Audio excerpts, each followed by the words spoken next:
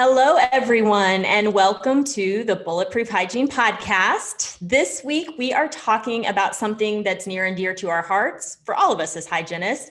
We are talking about what we wish our doctors knew about us. And, the doctor hygiene relationship is a really, really important big part of what we do. So we want to just cover a lot of topics on that direction. And what brought us to this is I've been reading a lot of forums lately. We're obviously in the middle of COVID, and that's really changed how things look for us in our practices. And I'm just seeing a lot of stress and strain out there from hygiene saying, gosh, my doc is like, we're down because we were closed for COVID for a while. And so the finances aren't there. And so there's that stress of now my doctor wants me to see more patients in less time, but we've got this new PPE and that's taking more time. And I'm in this crunch and I'm not enjoying what I'm doing. And oh my gosh, I can't wait for retirement in 2 years. And I just keep seeing these comments and it makes me super, super sad. Because, when we're working at that level of stress and panic and frustration, we're not our best selves for our patients or our team or our practice. So, I just wish I had a magic wand.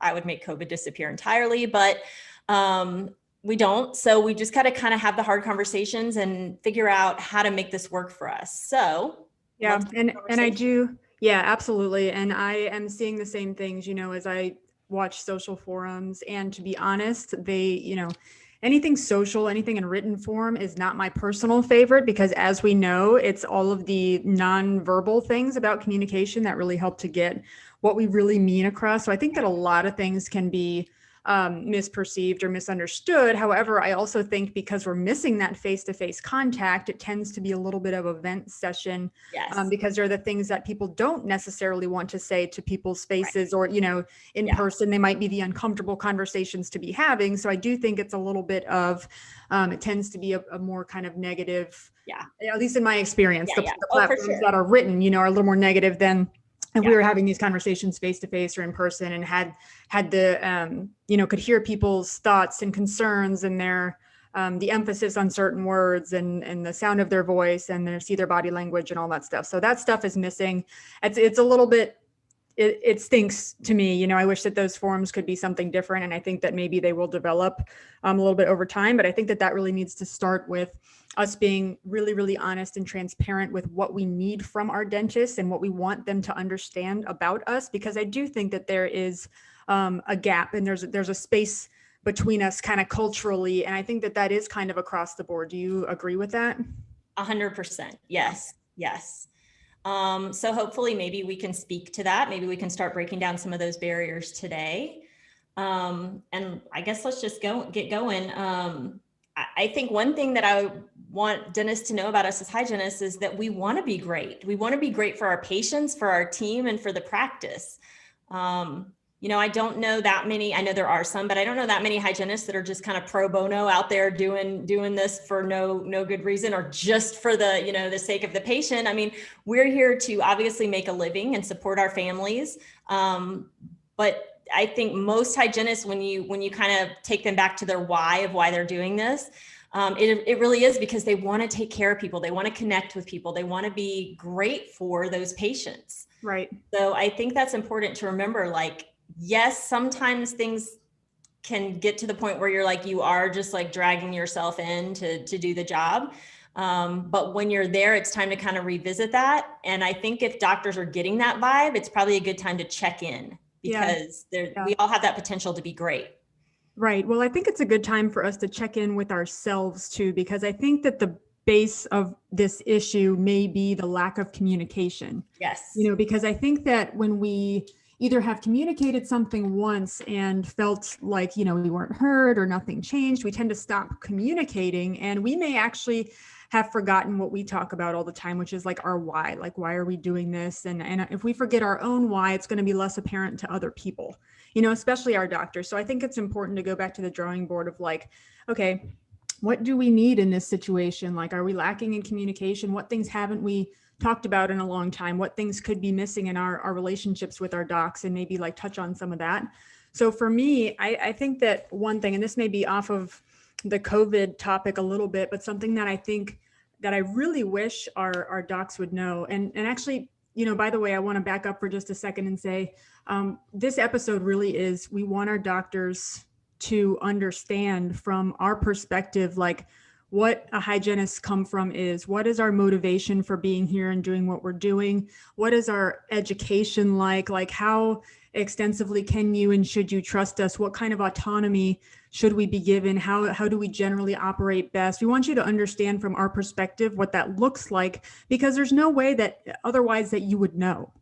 Like we can't expect, and we talk about this all the time too, we can't expect others to read our minds, so we were just talking about, Charissa and I, before we started this, that we don't go to dental school, so we don't know all the ins and outs and all the specific things that you've learned. We don't know the extent and like the depth and the breadth of what you learn, and like how extensive your training is, how stressful that was for you, how you've developed since then, and what you've learned. We just trust that you have a lot of education. You put a lot of time into this. You took a huge risk opening your practice, or becoming a partner, or being a contractor. You know what I mean? We understand kind of some of the risks, but we don't understand it completely unless you tell us. So we kind of want, from our perspective, to tell you kind of what our training has been, what our initial whys were, and kind of build trust with our dentists that way. Because I think that that's a big missing thing, is transparency, communication, and trust. Yes. So I kind of want to just say, our intention for this is just to open the line of communication. We hope that hygienists from this get this feeling of the ability to start conversations that might be uncomfortable with their dentists, and hopefully vice versa for the dentists who are listening to this, because I think there are a lot of things that have to be aired and discussed, and this is the time to do that. So I want to back up and say, hygiene to me is a specialty, so I think that that's one thing that our dentists maybe don't consider or have forgotten, or maybe we don't even consider or have forgotten. I think that hygiene is a specialty. So our training is specific to, obviously, non-surgical periotherapy, understanding our patient as a whole, considering their medical, their dental, their emotional history, their family history, all the background stuff before we even dive into the clinical aspects, But I wanted to know, Charissa, do you want to explain a little bit of how your experience was in hygiene school, to give a little bit of perspective, and then I can kind of dive into a little bit of how my experience was? Yeah, and obviously they're going to be drastically different, because I went to hygiene school when the dinosaurs roamed the earth. So, I've been practicing. This July will be my 25th year. And I would say, hygiene school is very meticulous on teaching, obviously, assessment, really making sure that you're taking top quality diagnostic x-rays and doing full periodontal charting, and understanding the anatomy of, every tooth, and understanding, back in my day, we didn't know as much as we do now about the whole oral systemic connection. I mean, we knew a fair bit, but it's really come along. So I feel like you got a lot more of that than I did, but just really honing your skills for assessment and putting all the pieces together to really see the patient as a whole. Sometimes I think doctors kind of forget that the hygiene appointment is stressful, and it's hard for us because it encompasses so much. We are looking at everything together. So whereas the doctor has maybe a limited exam where they're looking at one tooth, or they know what that patient is coming in for. Maybe they're working on a quadrant, maybe they're working on 2 teeth. Theirs is more focused. We as hygienists are really looking at everything. We're doing the patient history, and looking at the occlusion and oral cancer screening and periodontal assessment. We're doing so much. Also having the personal conversations, because the patient's, trusting us and spending a lot of time with us. So there's a whole lot that goes into that hygiene hour that they don't always kind of think about and realize. So in hygiene school, you're learning how to take all those assessments and put all that together. And then on top of that, how to best clinically perform whatever therapeutic needs that patient has. Right. And I think that you hit the nail on the head just now, because I'm just thinking about when the doc comes in for any kind of assessment or exam, how, the hygienist at that point obviously has already taken the time to do all the assessment, put all the pieces of the puzzle together. And now they're kind of delivering it in this tightly wrapped, like neat package, if we're doing it right, we're delivering all of the fine print or all the outcomes of all of those steps of assessment so that you can just address the most important things, but we've gone through all of these things to obtain that information. And that is a specific, like niche skill, and it's a refined and honed skill, I think, so I think that might be one thing that is missing. We want to like set our docs up for success, obviously, but it takes all of that like background. It does sometimes take those personal conversations with the patient too, to get them to trust and really divulge what's going on in their medical history, or divulge what's going on with their mental health or their, their situation currently. And that all plays a factor in their stress and their immune system and, obviously in their physical issues, but just in what's going on for them in general.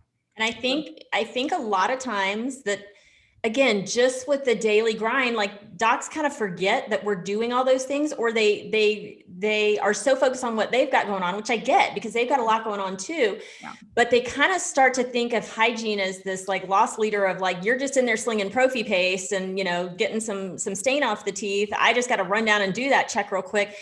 If they're allowing us to do everything we need to do and we're working on that, as a partnership, that's going to bring a lot of revenue into the practice because we're allowed to take the time and do all the things we've been trained to do. Yep. So back to you, what school wise for you coming in, a little more fresh, what did that look like for you? So it looked probably similar but different to your experience, and it is more fresh. I graduated in 2012, and I already feel like things have developed and changed so much since that point. Like I couldn't even imagine the amount of CE, by the way, I just want to commend you for, because the amount of CE that you have done, like you are so up to date with everything. You graduated 25 years ago now, but it's incredible how up to date you are with all. It's literally like, it just amazes me every day when we have these conversations and everything about everything in hygiene.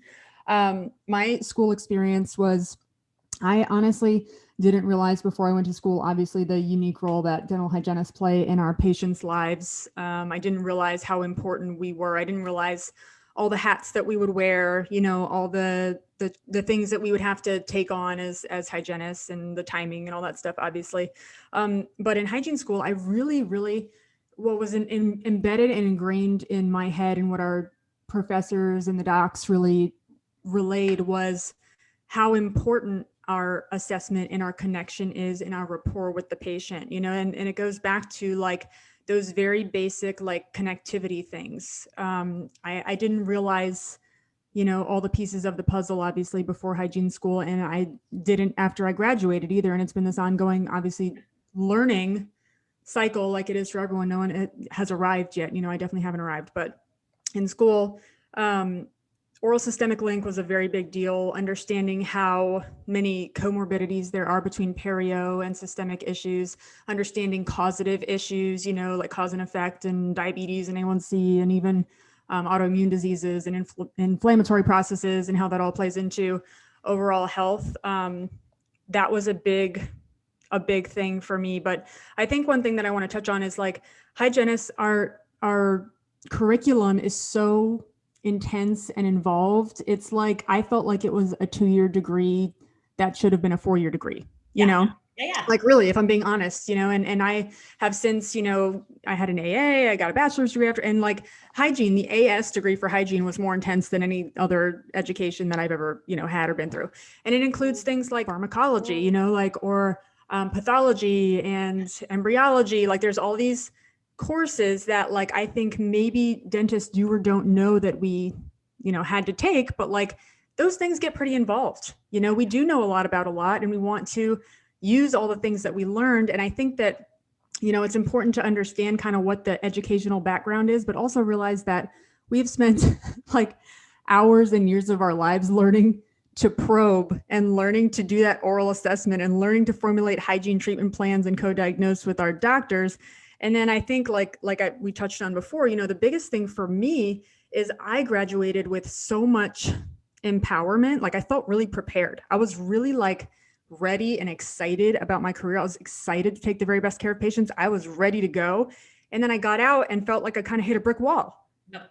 And it was a lot to do with real world things that I think we all struggle with and have encountered. And for me, it was like dentists just not really being empowering of their hygienists necessarily, and maybe not understanding the value that we could bring, or the education that I am bringing into your practice right now, the things that I want to contribute, and we're all like ready to do it. And then you hit this wall of like, all right, there's a lot of things that we don't understand about each other. Clearly, there's a lot of conversations that need to be had that just haven't been. Right. And I remember, like, we discussed in our first, or, one of the podcasts, realizing that a lot of things are insurance driven, or people are making decisions based on what people's insurance will cover instead of, best case, and a lot of other barriers that we have, so it's really interesting how we get like this rolling start, and there's a lot of excitement and preparation, and we feel really like ready. And then we hit this brick wall when it comes to communication. And I don't think that dentists mean to do that to us. I just think that they don't know, and we don't know, and no one's talking about it. Right. Well, and I think, so that's one of my things, is I feel like I want our dentists to know that we need some space. We need some autonomy. We are professionals. We went to school, we learned, we're here, we're excited. So we need that autonomy. We need some freedom. We need the trust. And we need the empowerment. And I think, Brittany, I think your personal history with that, I want you to talk a little bit about coming out of school and hitting that brick wall and how you got through that. Because I think so many hygienists hit that brick wall, and, they hit it a couple of times and they're like, all right, I'm done. And I'm just gonna, sit in this little environment, and I'm going to sling prophy paste, and, I'll do this 10 more years. And it's not like that fulfilling, exciting thing. And so you have such a great story of hitting that wall and how you overcame that. So I think you got to share that. Okay. Yeah. I agree. And I think that it was an experience that many of us have had. I think that you're absolutely right. So when I was fresh out of hygiene school, I was temping, I worked part-time. I was really trying to discover where I wanted to end up, and I think that that's a great thing to do right out of school, like get some experience at different offices, see if you like large office or private practice, or, corporate setting, and, that sort of thing. Like, what do you prefer? What do you like? And get to know different people in the dental community. I think that that's a part of networking and finding out where our dental home is going to be. So that was definitely part of my process. Initially, I was part-time. I temped a little bit before I landed my first full-time job. And I remember during my interview, actually, with this dentist, he said, people just want their prophies and they want to go home, And I remember this so clearly because I was so floored. I was so floored by that question. Like, it was a statement and a question. And I just like nodded my head externally and like screamed internally and was like, no. Right. But I was like, oh yeah, sure. Okay. And I really needed a full-time job. I really wanted to get going in my career. And I was kind of like, all right, I need a job. And he ended up hiring me. And then there were a lot of things that had to be addressed clearly after that moment. There was a misalignment of core values and kind of different beliefs, and that's okay. I think it's okay. And sometimes that can develop together, and we can develop culture and develop core values. It's obviously not an ideal situation to start that way. But like I said, there were certain needs in my life that I felt like I had to kind of cross off the list. And that was the best thing for me at that time. So I walked into that practice, and, their hygiene department design was 45 minutes per patient. I think I started at like 7:15 or 7:45 and ended the day at 4 or something, so I'd see, 10, 11 patients in that period of time. It was quite a few. It was more than I was expecting, So if it was a full mouth debridement or perio maintenance or prophy, it was a 45-minute appointment. There hadn't been periodontal charting going on historically. So I walked in and had, next to no information about people's periodontal health, and everyone was having a prophy, and, clearly that wasn't appropriate, didn't fit the needs of the population, but that was the case. That's kind of what I walked into. The medical histories weren't being updated. So I, would come across, by the way, these were all paper charts, and we were filing them, I was writing my notes on paper and putting them in a folder and handing them to the admin person at the front. So it was just a very interesting experience. I'm actually really thankful for this experience, but it was definitely a challenge kind of walking into a situation like that as a relatively new grad. Yeah. So that was a situation that I walked into. It was obviously a challenge, and I understand that not everyone is kind of in this position, but I was at that moment in time in a position where I was like, I know what is best, like generally assessment wise, diagnostic wise. I know how to move forward from here. I felt very confident in my ability to assess and co-diagnose and formulate hygiene treatment plans. So I was like, I know what I need to do. So I'm going to just do my best, and kind of what do I have to lose, and I understand that everyone is not at that point in their career, but I think that if we are feeling burnt out or run down, or like this isn't turning out how we expected it to be, it might be a point where it's like, what do I have to lose? Because who wants to live like that? Who wants to function that way? Like something that's less than ideal, less than fulfilling, or, if you're looking forward to retirement that much, that it's not going so well. It's not going ideally, Right. That is something to consider. So not everyone is in the position that I was, where I was a new grad and had nothing to lose, all this stuff. But I think we all are in the position where we're humans and we need certain things. And that was definitely the position that I was in. So I decided I'm going to move forward. I'm going to tape this keyboard. I'm going to do my own perio charts. I'm going to update the mid-histories. I'm going to start educating patients. I'm going to inform the dentist of how I'm educating them, the treatment plans that I would like to formulate. And honestly, what was happening was I was educating the patients about their problem. Mm-hmm. I would say, these are the potential options. These are the ways that we could potentially address this or treat this or arrest this disease process that you've got going on. This is the risk of doing nothing. I'm going to discuss with the dentist what your treatment options are, and then have him kind of make the final determination. Because like you mentioned, obviously our licenses are under the umbrella of the dentist license. I can't move forward with treatment, and there was nothing, illegal going on. There's nothing unethical going on. It was really like, I have this information. I'm not going to waste it. I want to do what's best for the patient. So I'm just going to take a risk and see what happens, kind of thing. So that's kind of what ended up happening.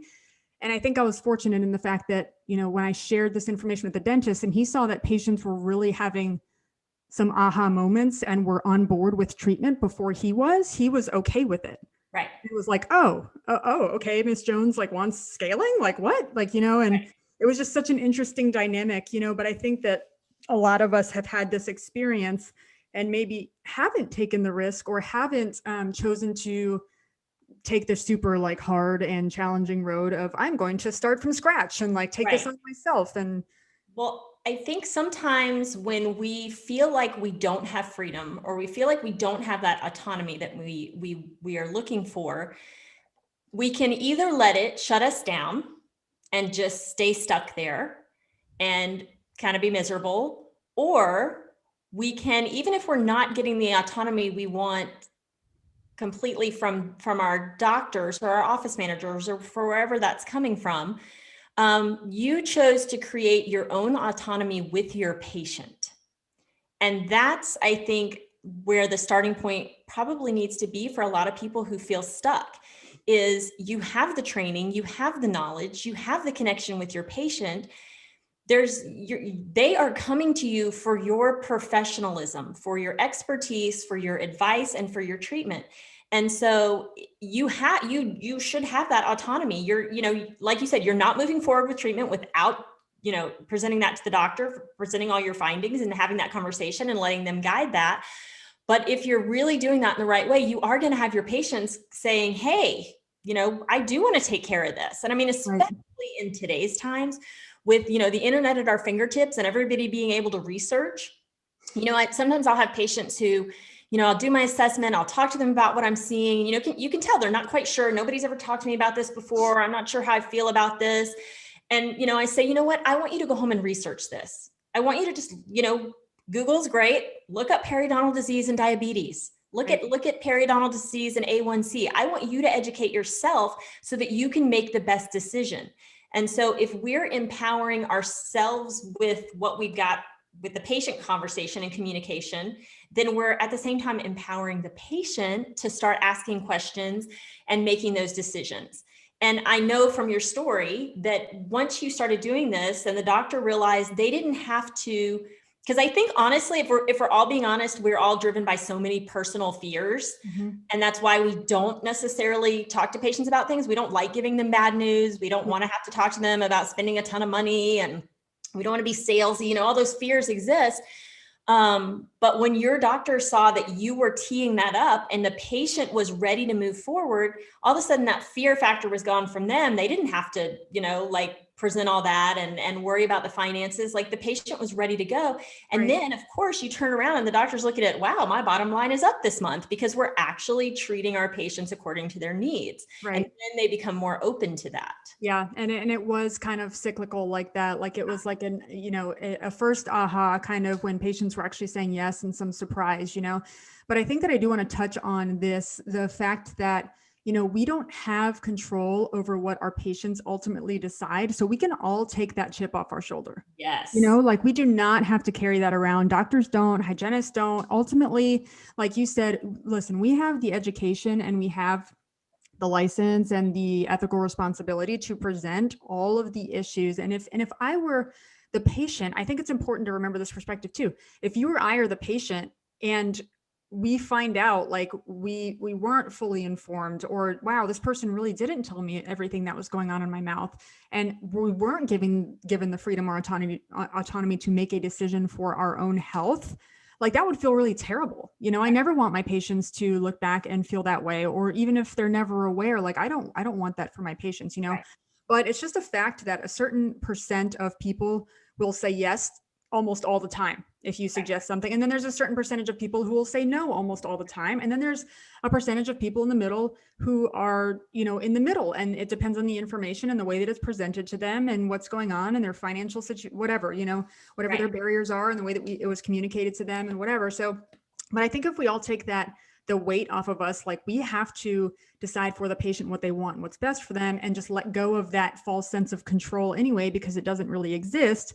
I think there's a lot of freedom in that, Right. And I think that part of, this dentist barrier was he got into a habit. He probably had some experiences early on and he was, he'd been practicing a long time, so I'm sure that his experience and his education was significantly different than mine too. That's okay. Like we've all had different experiences. We're all at different places in our lives and careers. But I would think, it just seemed like there was an experience early on that was like, a patient probably did just want their prophy and go home, like they did just want that. And maybe it happened several times. So this person formed this belief that like people just want their prophies and they want to go home. But then that's not okay because then we're making the decision for the patient. Exactly. And that's what I feel like we are falling into collectively as hygienists is, we talk a lot about the phrase bloody prophies, and that's when your patients come in and you do your assessment and you see some inflammation and you start scaling and you see some bleeding, and we're doing a prophy for a patient who has active infection and we're not taking the time to really educate them and have the conversation.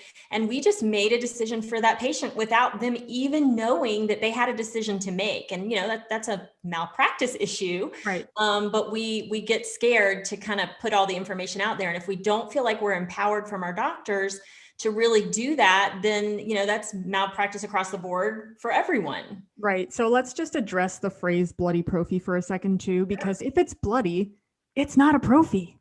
Right. You just did free scaling and it was probably really uncomfortable for the patient, or you just did free gingivitis therapy and they didn't have a good time either. And they're not sure why, Right. Like it's just so interesting, like this perspective that we have. And I think let's go back to some of what the fears might be, because I think that some of what the fears might be, like you touched on, are, the fears of presenting this information to the patient are like the patient isn't going to like me. Right. The patient isn't going to believe me. The patient might leave the practice. The patient might not want to move forward with treatment.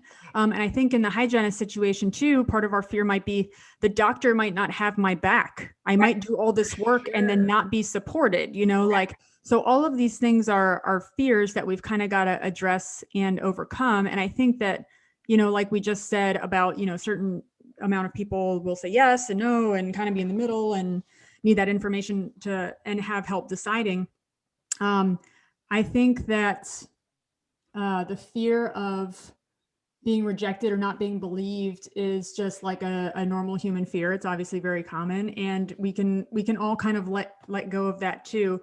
I think that what would help hygienists significantly is to have open dialogue anytime that there is a challenge or a disagreement in treatment plans. Like, you and Dr. Bolden were very open about the fact that like you formulate treatment plan. Dr. Bolden, sometimes wasn't on the same page. Like he didn't agree, or you guys had differences in opinion, and you guys maybe would talk about it amongst yourselves, but not in front of the patient, obviously. Correct. But I think that every time there is that lack of consistency or disagreement in treatment planning, I think it's worth the conversation, like circling back to say, hey, why? I really want to understand, like you have different education than I do. Like I want your point of view. I want your perspective, and I really want to learn here. Right. Because moving forward, that's just going to help us to have that confidence that we can have hard conversations with the patient, that the doc is most likely going to have our back and be on the same page. And we don't have to fear that, there's going to be like a comfortable conversation that can come with that. What do you think? Yeah, no, I agree with that entirely. I mean, we in life, I think we get driven by our fears more than anything else. So I think it's kind of taking a step back and asking yourself, like, what am I really afraid of here? And then, once you get to the root of that, start kind of, how can I be proactive and really address this? There's one other thing I want to talk about that's not necessarily a fear, but more of like a filter that I think every single human operates from. And that filter is it's all about me. And so one of the things I feel like I want our doctors to know about us is we need transparency, because everyone's tendency, I feel like, is to just filter everything through, oh, this is about me. And he said no, and I did a bad job. And that patient said no, and now they don't like me. And it has nothing to do with you. Like that patient may be going through a divorce and its life is really stressful and their finances aren't good right now. And they don't want to tell you all that. It's not about you. And so I think we need a lot of transparency within the practice of, like you're saying, like have those conversations when, hey, how come, I recommended that and you didn't feel good about that? Like, tell me why. The more you really understand each other and have that transparency, the better you're going to function as a provider team, and the healthier you're going to get your patients. And I think that transparency needs to be in all aspects. Like I think from a business aspect, I've talked to a lot of dentists over the years, and it's crazy to me that in dental school, they don't talk a whole lot about business. They don't teach them a whole lot about how to run a business. Right. How to communicate effectively, all those kind of things. And so I think there needs to be transparency, like depending on your practice, every practice I've worked at, there was always like a morning huddle meeting, and we'd go over our goals for the day and the numbers for the day and what the patients needed for the day. But we as hygienists don't always put those numbers together with how that's keeping the business going and when we're doing well and when we're doing not so well. And I think that needs to be shared, because if we're all working toward the common goal, we got to know everything. Yeah. And in the same vein, I think this feels a little uncomfortable probably for people, but I think there needs to be transparency, like within our personal lives, and not like all the details, like we're not all going to be best friends and I don't need to know everything. But like if we're having a bad day or we've got some stress outside of the practice, it's important to just say, hey guys, I'm not having the best day right now. Like it's important to know that, because again, with our me filter, if you're having one of those days and you feel like you've got a team member that's just bumping up against you all day, or somebody's just like being really cold and not their normal selves, instead of us having the perspective of like, gosh, they might really have something else going on. I wonder if they're okay. We tend to immediately be like, oh, well, they don't like me. I did something wrong. They don't. So I think we just need that transparency across the board. And that open communication. I think that's super important. Yeah. And I think that this is the right time to, I want to touch on like the quote unquote, leave it at the door mentality too, because I think that it is appropriate.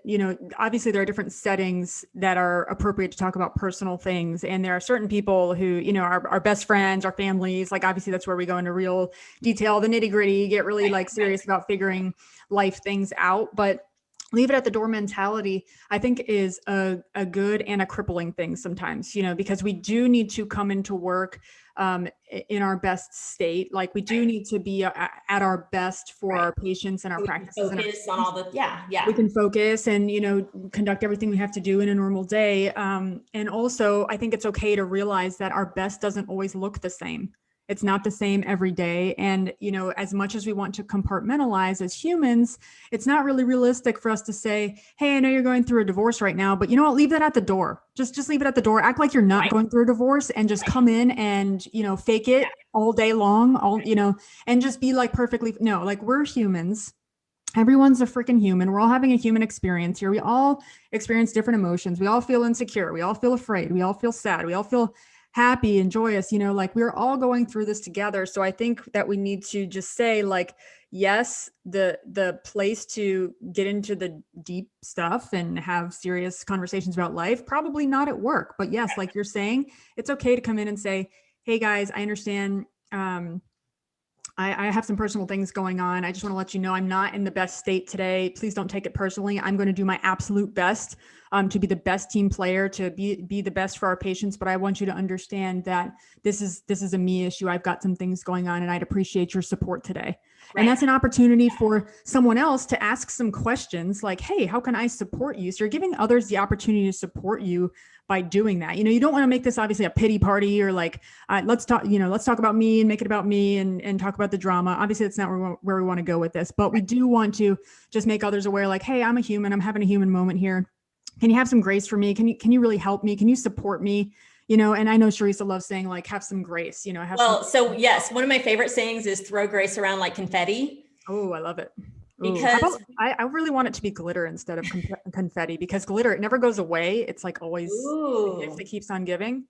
A friend of mine said that glitter is the herpes of the art world. Oh my God, that's so true. Okay, so I'm going to start mixing glitter with the confetti. I like that. That is amazing. But yeah, I think it's absolutely necessary all day long in the practice, because every single person, every single team member is juggling like a million balls, and they're going to get dropped. There's no such thing as perfection. There's no such thing as us working at our best on a daily basis. Like, that's not reality. So I think it's all about the grace. It's all about, kind of not filtering through the me, like, hey, maybe one of your business team just took a really hurtful call from a patient who was really angry, and they're having a bad day, so they're taking it out on your business team member. Mm-hmm. And now you're coming to ask them a question, and they're not in a good place, and you're immediately taking that into yourself, and it's not even about you. So I think it's just kind of revamping our perspectives on what's going on around us, and giving a lot of grace. Yeah. I 100% agree with that. And I think that, like I said, it gives people the opportunity to support us and gives us the opportunity to support others. And I think that, you said it's not always possible to operate at our best. I just think it's not possible to always operate expecting perfection of anyone, and that's just not reality. There's no such thing as perfection. It's not real. It's not relatable. So I think we all need to stop chasing the perfection. And I think that this is an epidemic in the dental world. It's like we all want to be perfect because we work on such small, detailed things every single day, but it's just not a real thing, So focus on the progress. I mean, hey, I'm a recovering perfectionist. I got it. Yeah, absolutely. Yeah, I feel it. And so we have to give ourselves some grace on that front as well. Yeah. But I think if you feel like this is resonating with you, and you're like, yeah, there's a lot here to unpack. One of the things I would encourage you to do, and this is awkward sometimes, is nobody likes having difficult conversations, but I think you do need to strategize with your doctors or your office manager, whoever's kind of making a lot of the calls for the office, is an open opportunity for communication. Yep.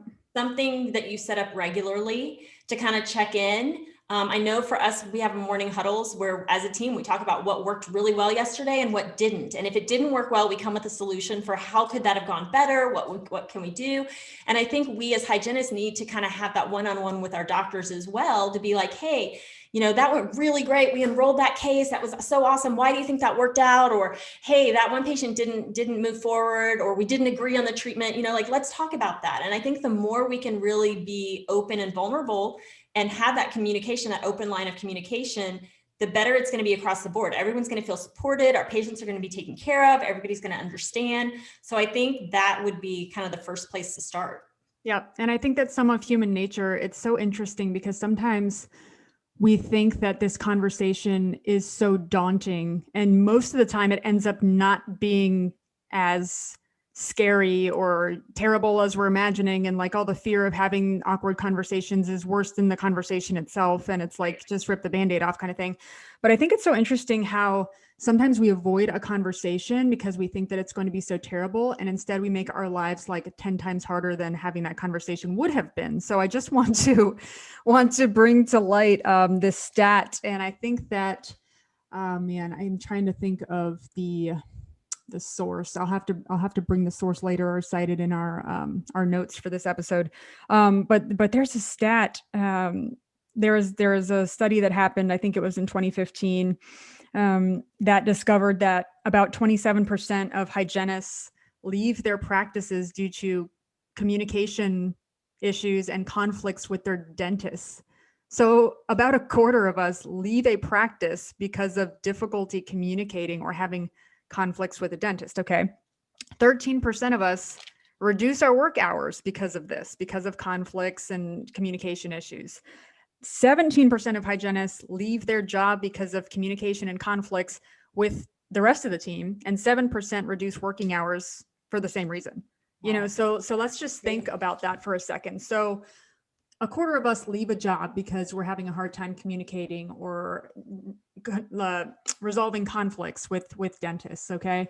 So what is going to happen at the next office, do we think? What are we thinking? You know, like I just want to kind of go through all of this because it's like if we don't think about it intentionally, it's like we don't think about it, right? You know, and I just think that there is no such thing as having no issues. It's right. Either, hey, do I want these problems or those problems? Are these the problems that I want to work through? Are these the people that I want to work through these problems with, or not? You know, but it's never going to be, oh, there's no problems. There's no complication. There's no drama. There's no conflict. Like that's just not realistic in any family or any community or any place where we are for a large portion of our lives. You know, it's just not realistic to expect that.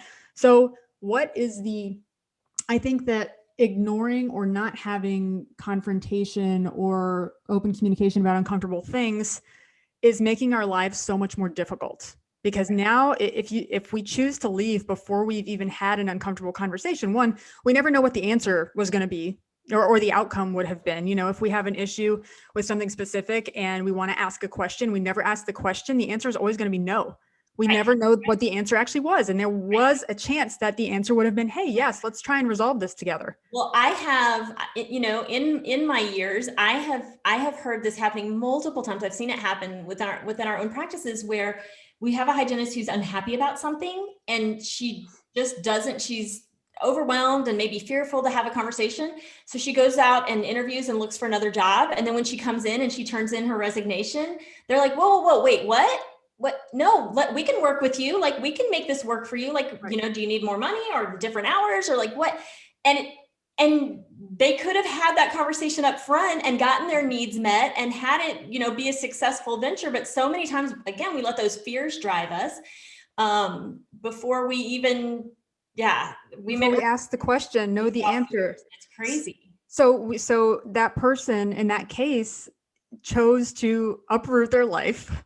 Right. Uproot, you know, start over at a new job, which is hard enough, you know, change their entire like schedule, their entire, you know, routine, like, and have to get to know a whole new team, have to understand how another doctor operates or multiple doctors or multiple hygienists, have to learn new standard operating procedures, have to learn, you know, all the systems and all the things there. And just that process is so challenging and difficult that if we actually look at it, like, even if we think of it like on such a basic human level, like what is the easier option here? The easier option is have a conversation that's uncomfortable. Right. You know, like just do it, right. Do it and see what happens, because the worst case scenario is it's not productive. You don't get what you want out of it, but then, you know, and you have an answer. And I think I do want to throw out a caveat here, and this is not, please hear me, this is not my go-to, but I do think it needs to be said. So I don't want, if hygienists are listening to this and they're like, okay, I'm going to give this a go. And, you know, I'm going to have a hard conversation and I'm going to try an open communication and I'm going to try some autonomy just, you know, within my own chair with what I'm doing with my patients and all of that. But it doesn't work out and I'm in a super toxic practice and I have, you know, a doctor or an office manager that's just not open, you know, we're not allocating you to stay in an unhealthy, toxic situation. But what we are saying is have the conversation first, do what you can do. And if you find that, that brick wall just will not move, then maybe it is time to look somewhere else. But, start with looking at the fear, because just like Brittany said, you're going to get to the next place and there's going to be different issues, maybe even the same issues, but because there seems to be a lot of similar issues going on from practice to practice. So you're just going to trade one set of problems for another. Try to work it out, because who knows, maybe you could solve that problem and have a really good working relationship. Yeah. 100%. Absolutely. And you'll never know if you don't ask. Right. So I think probably the last thing I would say that we want our doctors to know about us is we realize that we need you. We want you. We want to work in this beautiful partnership. We have respect for you. We love you. We need you, not just from a legal aspect of, needing a doctor to be the umbrella and the licensure and run the practice, but we want that communication. We want that acknowledgement. We want to feel like we are working together. I just feel like sometimes, doctors just kind of think, oh, I got to go do a hygiene check. And, they're just not super excited about it, but we need you to really kind of knock the ball out of the park once we've teed it up. Yeah. And I think that, a lot of docs maybe can see how hygienists, we need you, and all of your team members need you from a financial standpoint. Like, yes, we all need to pay our bills and take care of our families. And that's what we need our jobs, but we need you like in so many ways other than paying us our paychecks or giving us bonuses or providing, incentives or, like, I think that what we really need from you is some verbal affirmation. I think is really helpful and goes a long way, because I think that from a dentist perspective, it might be easy too to be like, man, I just gave my hygienist a bonus and like he or she still isn't happy here, or there's still some issue, or I feel like our relationship isn't the best or things aren't going the smoothest. And I think that, bonuses and pay and compensation does matter and goes a long way. And like, we're obviously insanely grateful to have jobs and to, be able to take care of our families and ourselves. But we also need, other things on Maslow's hierarchy of needs from you. Like we need, to have a real relationship of trust with you. So that does involve, thank you so much for the monetary things and the bonuses and the experiences and stuff, but we need to hear from you what we're doing well and what's going well, what you expect from us. We need open communication. And these are all like the things that take time, and time is a very valuable resource. And we respect and totally acknowledge that, but like, we need your time. We need that verbal affirmation. We need open line of communication. And we do, like Charissa said, I respect my docs so much. Like I know I can just see all of the things that they have done to be in the place that they are in life. Like the insane investment that they made just in student loans. Like if we just thought about that, like just student loans, just taking 8 years of their life to get at least 8 years, plus all the CE, plus if they went into specialty, plus whatever that was, just from that perspective, like, holy crap, clearly you're in this, you're invested, like so much respect for going the distance and completing what you've already completed. And then taking the risk and the weight and the chance on opening a practice and investing in that, and then hiring a team and becoming a business owner or a partner, like we discussed before. Like so much respect, like, holy crap. Like I can really see how much weight that is, and thank goodness I'm so thankful to work with Dr. Craig and the other dentists that I do, because they're really transparent about these things, but that's part of what makes our relationship better. It's really what adds to the relationship, makes me feel valued as a hygienist and makes our hygienist feel valued. And we want you to know that we support you in all of that, and we respect everything that you've done. We rely so much on our docs to have our backs and, like you said, make our lives go smoothly at work and kind of have those open patient conversations, enroll patients in treatment, do what's very best for them. We need you. Like, we need our docs so much. And we need your leadership. Brittany touched on a good point a second ago when she said we need to know what's expected of us. That's one of the ways we as humans gauge, are we doing right or not, is by knowing the clear expectations.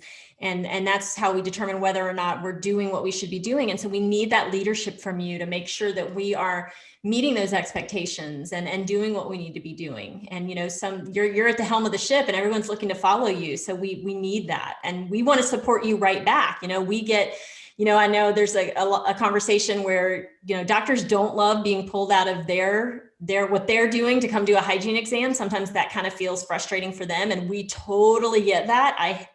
I hate having to go pull a doctor out of something they're doing. But we're doing that because we need your leadership. We need your support and your guidance, and that patient needs you, and they need us collectively. Yeah. And I want to just say that, I alluded to this earlier, but hygiene is hard. It's really hard, and timing is everything. We are expected to do so much within such a short period of time, and we're doing the best we can, but it's a lot. And we need you to come in and kind of help us stay on track and help us make sure that we're looking at all the right things and communicating effectively together. Yes. And I want to also just touch on the fact that, like, we're talking so much about communication, and, no one is perfect at communicating. Sometimes it's messy, sometimes it's ugly, it doesn't go as planned. I think as much transparency as possible is what helps us to continue communicating in the future. Like if there's an apology that needs to happen on either side of the equation, or there's something that needs to be, I don't know, just transparency is the key to that. And also I want to say that sometimes communication really needs to be scheduled. Like it needs to be intentionally had. It needs to be intentional. Sometimes that involves taking an hour out of the day, or planning something after hours, or taking a half day and really having an open team dialogue, because that seems like, I know in reality it is maybe even a loss of revenue or a loss of profitability for that 1 hour or few hours that, if it's a team meeting or something like that, that is taking away from immediate profitability. But in the long term, it's going to equal so much more team unity and morale and just strength. I think that it's going to be like a tenfold difference, honestly. Like, so the communication that needs to happen sometimes I think can feel like, oh, but this is counterintuitive to what we need urgently, which is profitability, or to keep the lights on or the doors open. But in the back end, I just think that it will improve profitability, because all that is secondary to taking care of the patient and the team and having rapport and good relationships, So it might seem like, oh, this is something that's not really measurable, or this isn't going to result in whatever. But I think that it definitely will if we take the time to do that, and you've hired the right people. Yeah, for sure. Well, I hope that we have provided a lot of thought-provoking questions and ideas, and that if you're a hygienist, you'll kind of sit down and kind of look at things and determine where you need to go from here. And if you're a doctor listening, that you'll do the same. And, our goal, because we do work in really great practices and we have spent a lot of years getting to where we are, is that we will help you guys get there too. So, if you have questions, if you have concerns, you can always check us out on our mighty network, Bulletproof Hygiene. That's a great forum to ask questions and have discussions. So please join us there. But thank you so much for your time. Yes, thank you so much for your time. And please let us know what else. What did we miss? What else do you want to talk about? What did you think of this conversation? And what else is there? We know that there's so much more that docs want us to know, that we want our docs to know. And Charissa and I have very broad but limited perspectives. So we want to know from your world, what does this look like? What other challenges do you have? Please let us know what you think. And like Charissa said, thanks so much for joining us. We really appreciate your time and your investment in yourself and in our profession. And we will see you on the next episode of Bulletproof Hygiene Podcast. Bye-bye, everybody.